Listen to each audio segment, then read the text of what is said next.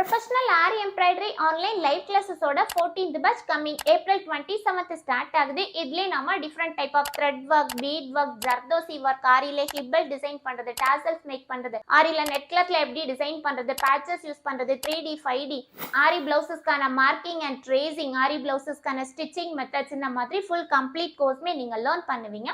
Classes Monday to Friday daily afternoon 2:30 to 3:30 live classes Zoom appல இருக்கும்.